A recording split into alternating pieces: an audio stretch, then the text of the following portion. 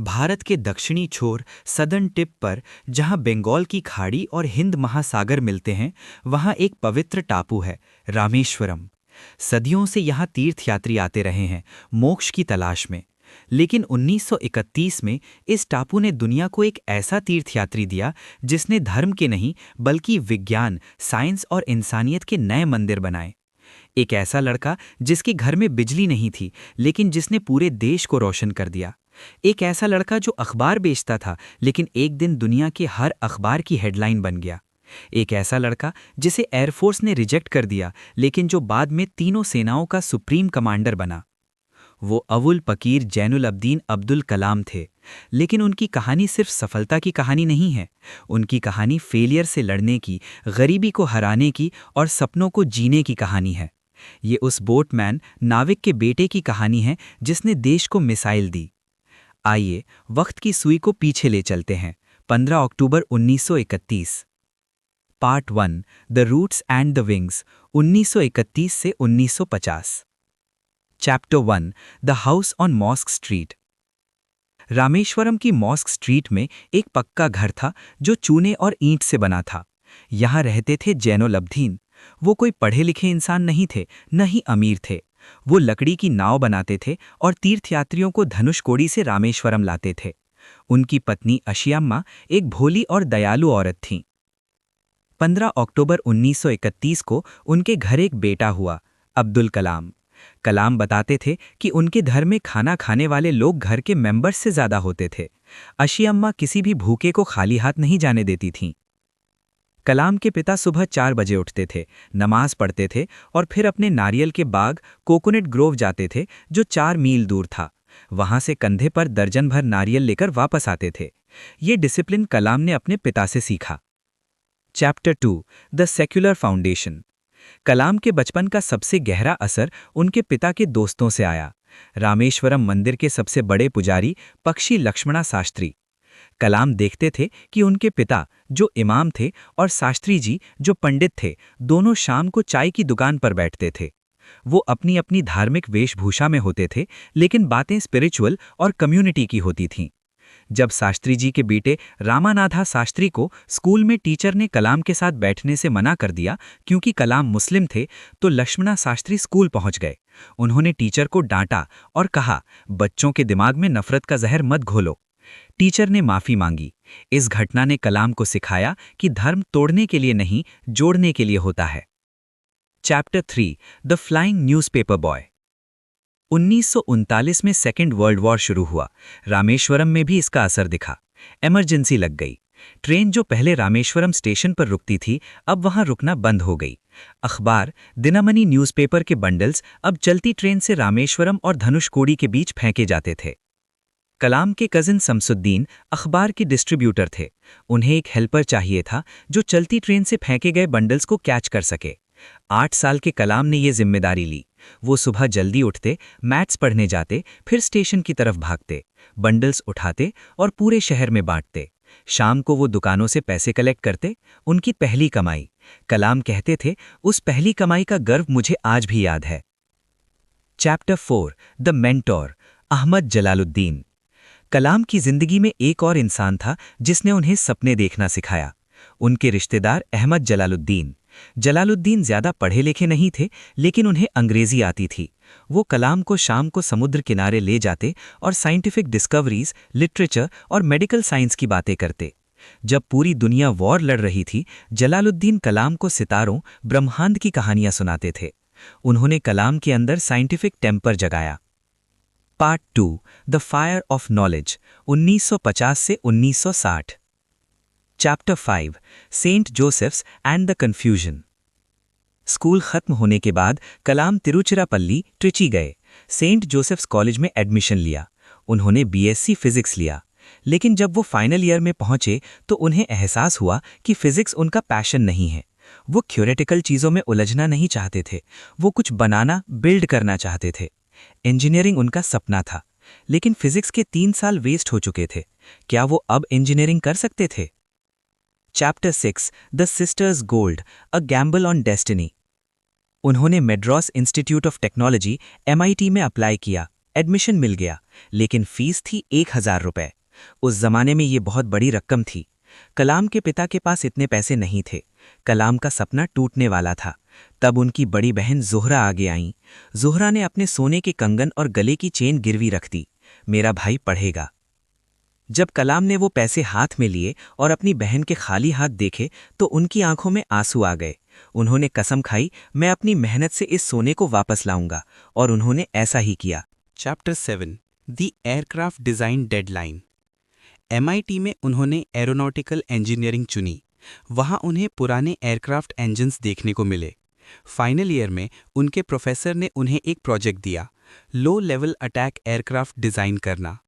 कलाम ने डिज़ाइन शुरू किया, लेकिन प्रोग्रेस स्लो थी। प्रोफेसर श्रीनिवासन ने रिव्यू किया और गुस्सा हो गए। ये डिज़ाइन बेकार है, मैं तुम्हें 3 दिन देता हूँ। अगर शुक्रवार यानी फ्राइडे तक डिज़ाइन कंप्लीट नहीं हुआ तो तुम्हारी स्कॉलरशिप कैंसिल। स्कॉलरशिप कैंसिल होने का मतलब था बहन का सोना डूब जाना। कलाम ने अगले 72 घंटे न खाना खाया न सोए। वो ड्राइंग बोर्ड पर झुके रहे। फ्राइडे की शाम को प्रोफेसर श्रीनिवासन आए। उन्होंने डिज़ाइन देखा, उनकी आंखें खुली रह गईं। वो डिज़ाइन परफेक्ट था। प्रोफेसर ने कलाम को गले लगाया। मुझे पता था तुम कर लोगे, मैं बस तुम्हारी स्ट्रेस लिमिट टेस्ट कर रहा था। Chapter 8 the rejected pilot, Rishikesh. 1958 में कलाम ग्रेजुएट हुए। अब करियर का सवाल था। 2 कॉल्स आईं। 1 ministry of defence, technical officer. 2 Indian air force, pilot. Kalam का बचपन का सपना था उड़ना। वो देहरादून गए IAF इंटरव्यू के लिए। वहाँ फिजिकल और मेंटल टेस्ट्स हुए। रिजल्ट आया। टोटल 8 सीट्स थीं। कलाम का रैंक था 9th, सिर्फ 1 रैंक से। उनका पायलट बनने का सपना हमेशा के लिए टूट गया। वो बुरी तरह टूट गए।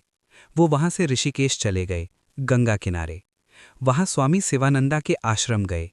स्वामी जी ने उनका चेहरा देखकर पूछा, क्या दुख है? कलाम ने बताया। स्वामी जी ने कहा, एक्सेप्ट योर डेस्टिनी। तुम पायलट नहीं बने क्योंकि ईश्वर चाहता है तुम कुछ और बनो। वापस जाओ और अपनी डेस्टिनी ढूंढो। Part 3 the rocket engineer, 1960 to 1980। Chapter 9 the Nandi hovercraft. Kalam ने DRDO कानपुर ज्वाइन किया। वहाँ उन्हें एक प्रोजेक्ट मिला, हॉवरक्राफ्ट बनाने का। इंडिया में उस वक्त कोई हॉवरक्राफ्ट नहीं बनाता था। कलाम ने साइकिल के पार्ट्स, पुराने इंजन्स और लोकल मटेरियल से नंदी हॉवरक्राफ्ट बनाया। Defence minister VK Krishna Menon ने उसमें सवारी की और खुश हुए। लेकिन ब्यूरोक्रेट्स ने कहा कि हॉवरक्राफ्ट का इंडिया में कोई यूज नहीं है। प्रोजेक्ट बंद कर दिया गया। कलाम फिर फेल हुए। Chapter 10 meeting the visionary, Sarabhai. तभी उन्हें इनकोस्पार से इंटरव्यू कॉल आया। इंटरव्यू लेने वाले थे डॉक्टर विक्रम साराभाई। साराभाई ने कलाम से टेक्निकल सवाल नहीं पूछे, उन्होंने उनके विजन को टटोला। साराभाई ने कलाम को हायर किया। Position rocket engineer. कलाम की पोस्टिंग हुई थुम्बा, केरला में। Chapter 11 the NASA training and the first launch. 1963 में साराभाई ने कलाम को नासा भेजा ट्रेनिंग के लिए। वॉलप्स आइलैंड पर कलाम ने देखा कि अमेरिकन्स कैसे काम करते हैं। वहां उन्होंने एक पेंटिंग देखी, टीपू सुल्तान की आर्मी ब्रिटिशर्स पर रॉकेट चला रही थी। कलाम हैरान रह गए। रॉकेटरी की शुरुआत इंडिया में हुई थी और हम भूल गए। वापस आकर 21 नवंबर 1963 को नाइक अपाचे रॉकेट लॉन्च की तैयारी हुई। कलाम और उनकी टीम ने चर्च को लैब बनाया। रॉकेट लॉन्च हुआ, सक्सेस। लेकिन ये दूसरों का रॉकेट था। साराभाई चाहते थे made in India rocket. Chapter 12 SLV-3 the satellite launch vehicle. 1970s में इसरो का फोकस बदल गया। Project SLV-3। गोल 40 kg के रोहिणी सैटेलाइट को ऑर्बिट में पहुंचाना। Project director APJ Abdul Kalam. ये कलाम के करियर का सबसे बड़ा टेस्ट था। हजारों पार्ट्स, हजारों इंजीनियर्स, 10 साल की मेहनत। Chapter 13 the crash of 1979। 10 अगस्त 1979 लॉन्च डे। पूरी दुनिया देख रही थी। कंप्यूटर ने वार्निंग दी, second stage control system leakage. Experts ने कहा लॉन्च कर सकते हैं, फ्यूल रिजर्व है। कलाम ने डिसीजन लिया, लॉन्च। रॉकेट उठा।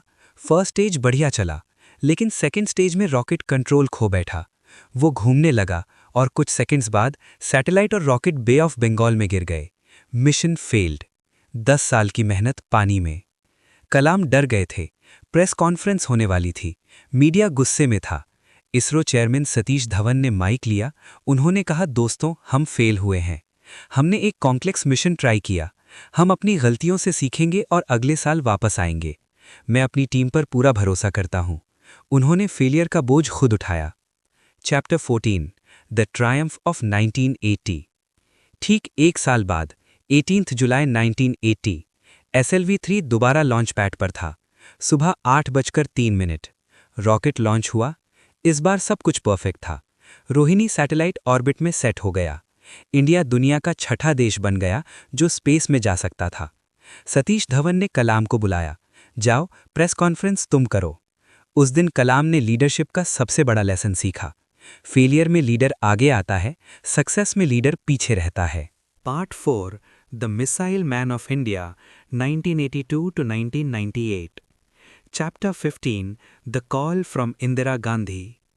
1982 में कलाम DRDO डिफेंस रिसर्च के डायरेक्टर बने। PM इंदिरा गांधी ने उन्हें बुलाया। कलाम, चाइना और पाकिस्तान के पास मिसाइल्स हैं, हमें भी चाहिए। उन्होंने पूछा, कितना पैसा और कितना वक्त? कलाम ने कहा, हम एक मिसाइल नहीं बनाएंगे, हम पूरा परिवार बनाएंगे।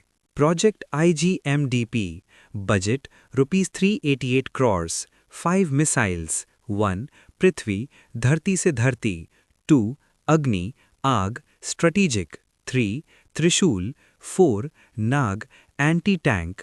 5 आकाश, आसमान।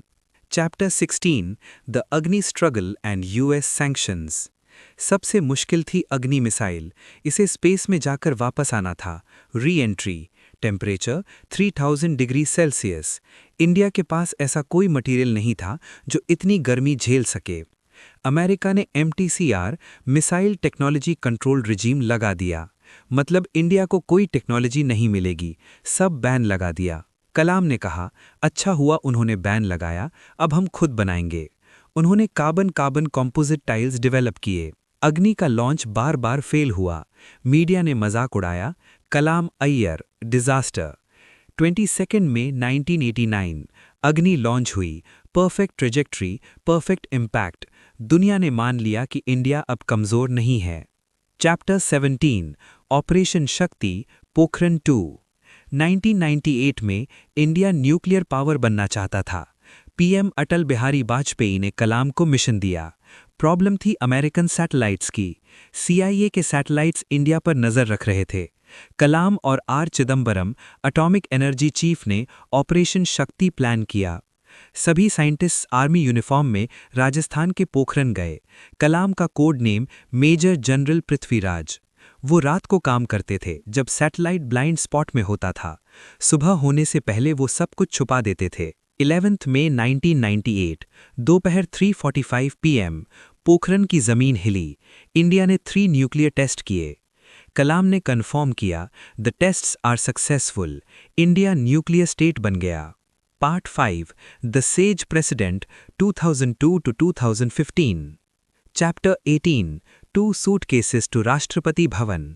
2002 में NDA और ऑपोजिशन दोनों ने मिलकर डिसाइड किया कि अब्दुल कलाम को प्रेसिडेंट बनाया जाए।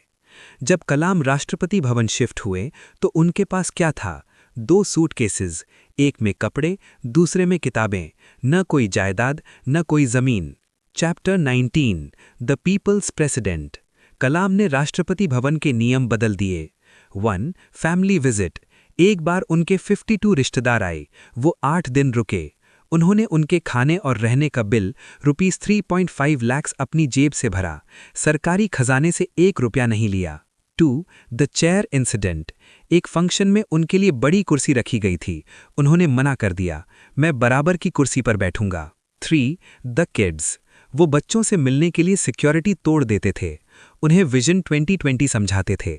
Chapter 20 the final lecture, Shillong. 2007 में वो रिटायर हुए और वापस टीचिंग में लग गए। 27 जुलाई 2015 वो IIM शिलोंग गए थे लेक्चर देने। Topic creating a liveable planet earth. वो 83 साल के थे। शाम को 6:30 PM पर वो स्टेज पर गए। उन्होंने कहा फ्रेंड्स, और वो गिर गए। Massive cardiac arrest, missile man ने अपनी आखिरी सांस ली पढ़ाते हुए, जो उन्हें सबसे ज्यादा पसंद था। Conclusion, the immortal flame. Abdul Kalam चले गए, लेकिन उनका असर कभी खत्म नहीं होगा। वो एक ऐसे मुस्लिम थे जो कुरान पढ़ते थे और रुद्रवीणा बजाते थे। वो एक ऐसे साइंटिस्ट थे जो गीता का सार जानते थे। वो एक ऐसे प्रेसिडेंट थे जिनके पास अपना घर नहीं था। उन्होंने रामेश्वरम के रेत से शुरू किया और इंडिया को चांद तक पहुंचाया। उनकी कहानी हमें सिखाती है, dream is not that which you see while sleeping, it is something that does not let you sleep. Rameswaram के उस अखबार बेचने वाले लड़के ने दुनिया को सिखा दिया कि अगर आपके सपने सच्चे हैं और आपकी मेहनत पक्की है, तो आपको उड़ने से कोई नहीं रोक सकता। न गरीबी, न फेलियर, न दुनिया। सलाम, कलाम, कीप बिल्डिंग। जय हिंद।